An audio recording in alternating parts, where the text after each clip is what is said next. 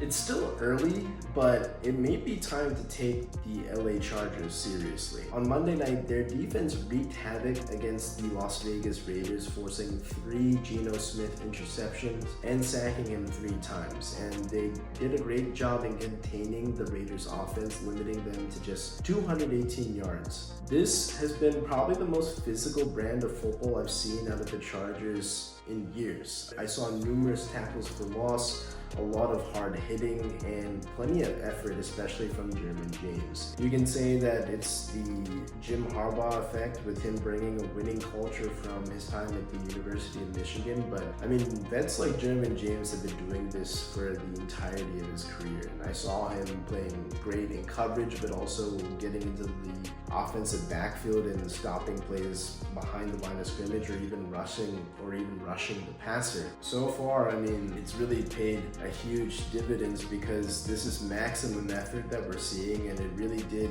put a number on Geno Smith as he looked terrible. I mean, the clock was sped up and it didn't look that the Raiders had any type of momentum, but we'll get to them a little bit later. For Justin Herbert, I mean, it's been a fantastic start to start 2025. I think through 2 games, he's played like the best quarterback in the league. He's completing 70% of his passes in week 2 and tossed 2 more touchdowns to the redeemed Quentin Johnson and the rejuvenated Keenan Allen. Despite not having much of a run game yet, I'm still kind of disappointed with Omarion Hampton so far.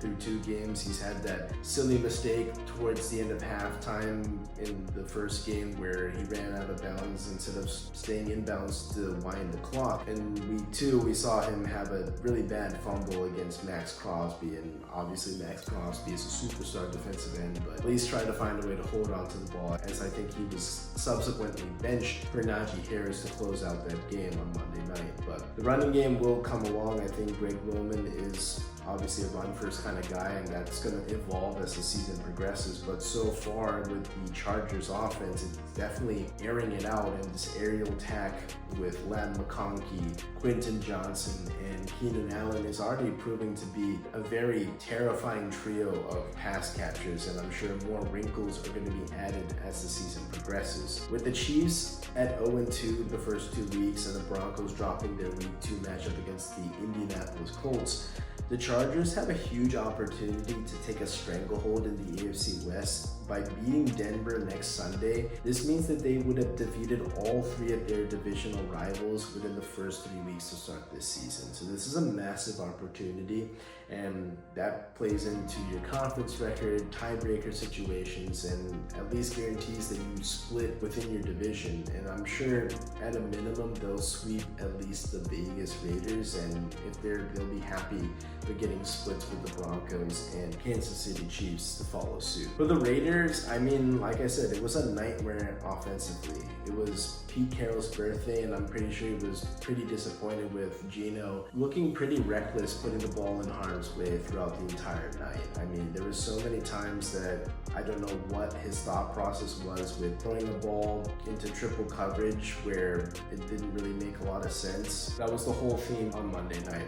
I do understand that he's had this nice little redemption arc in 2022 where his career was revived in Seattle, and obviously since Pete Carroll is back in the NFL, it made sense that he would negotiate this trade with Seattle to bring him to Vegas. Week 1, I thought it was pretty solid. He did a good job against a pretty okay Patriots defense, but in week 2, I mean, these 3 interceptions were just totally ill-advised. If you look at the first one, it was into at least double coverage, and I can maybe excuse that it was a little bit of a tip pass, so I'll give Geno a slight pass on that one. But if you go to the next one where his second interception was into double coverage, just completely inexcusable. There was really no chance of completing that pass. He had another throw that was nearly picked off, which was thrown into triple coverage. Another throw that was actually thrown again into triple coverage and was actually intercepted. So there's a lot of these throws where I'm not really understanding what he's seeing on the field, and it seemed like the old Geno